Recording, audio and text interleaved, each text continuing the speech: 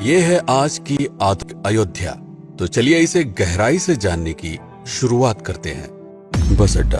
राम मंदिर से 7 किलोमीटर की दूरी पर 14 बीघा जमीन पर 219 करोड़ की लागत से लखनऊ हाईवे पर नया बस अड्डा बनकर तैयार है। Railway station. मंदिर से 1 किलोमीटर की दूरी पर 240 करोड़ रुपए में नया रेलवे स्टेशन डिजाइन किया गया है। भविष्य में अयोध्या से दिल्ली, मुंबई, चेन्नई, बेंगलोर, पुणे, कोलकाता, नागपुर, लखनऊ और जम्मू जैसे शहरों के लिए विशेष रेलगाड़ियां चलाई जाएंगी।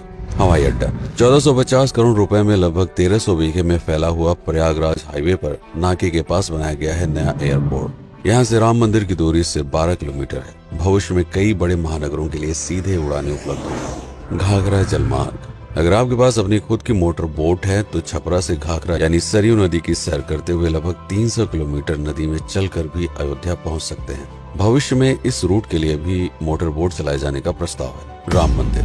अयोध्या के राम मंदिर की कुल कीमत है 1800 करोड़। पूरी तरह बन जाने के बाद अयोध्या का मुख्य आकर्षण होगा। राजस्थान के मशहूर मकराना के पत्थरों से आकार लेते इस मंदिर की अनुमानित उम्र होगी लगभग 1000 साल। 22 जनवरी को पहली मंजिल का उद्घाटन होगा, जिसमें राम की बाल्यावस्था की मूर्ति रखी जाएगी। बाकी की 2 मंजिलों का कार्य चलता रहेगा। खजुराहो के मंदिरों की नागर शैली के आधार पर इसे तराशा जा रहा है। मंदिर का कुल क्षेत्रफल 156 एकड़ या 251 बीघा है।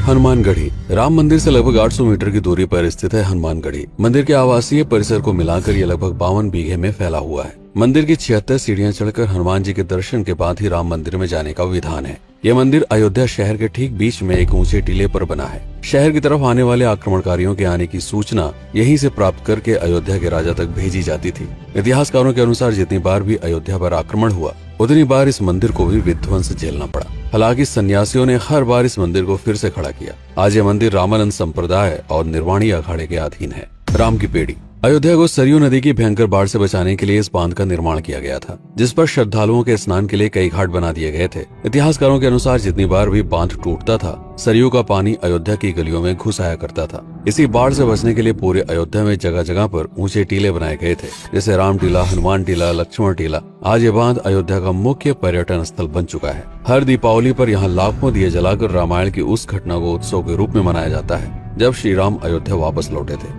अयोध्या के कई बार उजड़ने के पीछे एक कारण इस नदी को भी माना जाता है। हालांकि इसी नदी की वजह से यहाँ पर गन्ने की खेती बड़े स्तर पर की जाती है। लता मंगेशकर चौराहा।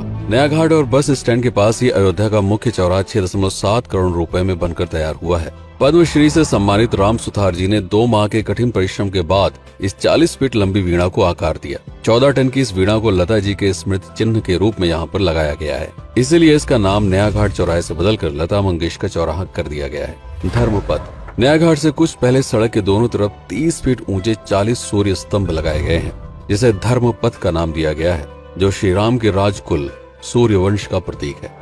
दशरथ समाधि स्थल। नए बस अड्डे के बगल से एक पतली रोड कछार से आगे बढ़ते हुए लगभग 12 किलोमीटर दूर ले आती है दशरथ समाधि स्थल, जो बिलहर घाट पर मौजूद है, जिसके बारे में मान्यता है कि यहाँ पर राजा दशरथ का दाह संस्कार हुआ था। राम मंदिर के साथ ही इस जगह को भी पर्यटन स्थल के रूप में विकसित किए जाने की योजना पर कार्य चल रहा है। भरत कुंड। अयोध्या से 15 किलोमीटर दूर है नंदीग्राम। यहाँ मौजूद तालाब को भरत कुंड कहते हैं। मान्यता है कि इसी जगह से भरत ने पूरे अयोध्या का राज कार्य संचालित किया था। पर्यटकों के लिए इस स्थान को भी विकसित किया जाएगा। गुप्तार घाट। राम की बेड़ी से सरयू नदी के किनारे चलते हुए 10 किलोमीटर दूर स्थित है गुप्तार घाट। ये कैंट एरिया में पड़ता है। इस जगह को श्री राम के जल समाधि के रूप में महत्व दिया जाता है। इसके अलावा अयोध्या नगर में हर गली में कई विशेष मंदिर हैं, जिनकी अपनी मान्यताएं हैं, कथाएं हैं, विशेषताएं हैं। पूरी तरह से विकसित हो जाने के बाद नई अयोध्या को पूरी तरह से जानने के लिए, इसका आनंद लेने के लिए कम से कम 3 दिनों तक यहाँ रुकने की आवश्यकता है। देश विदेश से ज्यादातर पर्यटक भारत आते हैं उत्तर प्रदेश में आगरे का ताजमहल देखने और प्राचीन नगर काशी और सारनाथ घूमने। प्रश्न ये है कि अयोध्या घूमने और श्री राम का मंदिर देखने के लिए भला विदेशी क्यों आएंगे?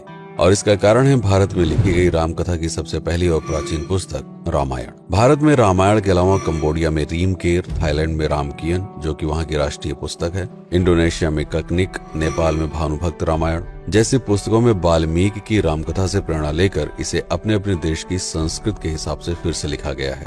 पात्रों के नाम, कुछ नई घटनाओं के अलावा मूल रामकथा सभी में एक जैसी है। इसके अलावा भारत में ही रामकथा को लेकर संस्कृत में 7 संस्करण, हिंदी में 3 संस्करण, गुजराती में 47, उड़िया में 14, तेलुगु में 5, कन्नड़ में 4 और अन्य भाषाओं में लगभग 17 संस्करण मौजूद हैं। इसके अलावा लिखे गए नाटक, कविताएं आदि को भी अगर मिला दिया जाए तो इस दुनिया में 300 से अधिक तरह से राम कथाएं बार बार लिखी गई हैं।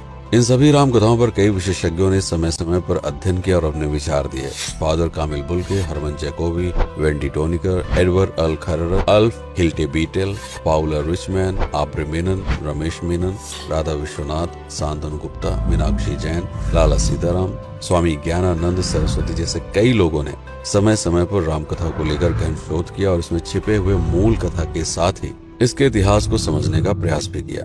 रामकथा थी कौशल प्रदेश के द्वारा किष्किंधा और लंका पर विजय प्राप्त करने की पहली बार एक अखंड भारत के निर्माण की। रामायण महत्वपूर्ण इसलिए हो जाता है क्योंकि ये अखंड भारत युद्ध से अधिक व्यक्ति के आदर्शों, सूझबूझ, मित्रता जैसे गुणों से स्थापित हुआ। रामायण एक ऐसा डॉक्यूमेंट है जो ये समझाता है कि भारत पहली बार एक कैसे हुआ। इसलिए ये गाथा न तो कभी भुलाई जा सकती है और न ही कभी मिटाई जा सकती है। और आज की अयोध्या उसे अखंड भारत का एक प्रतीक है, अपनी संपन्नता के कारण जिसने समय समय पर बाहरी आक्रमणकारियों का भी सामना किया। अयोध्या की इसी संपन्नता ने यहाँ पर मुगलों को भी आकर्षित किया। महात्मा बुद्ध भी यहाँ पर रुके, सिखों के गुरु साहब भी आए और जैन धर्म के तीर्थंकर भी। सिर्फ आए ही नहीं बल्कि उनके अनुयायी यहीं पर बसते चले गए। अयोध्या कितनी बार बसी, कितनी बार उजड़ी, इसके बारे में बहुत अधिक प्रमाण उपलब्ध नहीं है। सूर्यवंश के पतन के साथ ही अयोध्या का भी पतन होता रहा। बीच में कई सौ सालों तक अयोध्या मानो विलुप्त सी हो गई। इसका कारण क्या था, इसका कोई प्रमाण नहीं है। अयोध्या को फिर से खोजकर उसे स्थापित करने में बार बार राजा विक्रमादित्य का नाम आता है, लेकिन विक्रमादित्य एक उपाधि है जिसे कई राजाओं को दिया गया था। तो ये कहना मुश्किल है कि किस कालखंड के कौन से राजा ने ये कार्य किया। कुछ विशेषज्ञों का मत है कि यह काम उज्जैन के राजा विक्रमादित्य ने किया होगा। नंद वंश, मौर्य वंश, शुंग वंश, गुप्त वंश आदि के साम्राज्य में भी अयोध्या का वर्णन प्राप्त होता है। सबसे बड़ा विध्वंस हुआ 1527 के आसपास बाबर के कार्यकाल में, जब राम मंदिर को ध्वस्त कर बाबरी मस्जिद स्थापित की गई। सन 1722 में बंगाल के नवाब अली वर्दी खान ने व्यापार के नजरिए से राम मंदिर से कुछ किलोमीटर की दूरी पर एक नया शहर बसाने की शुरुआत की।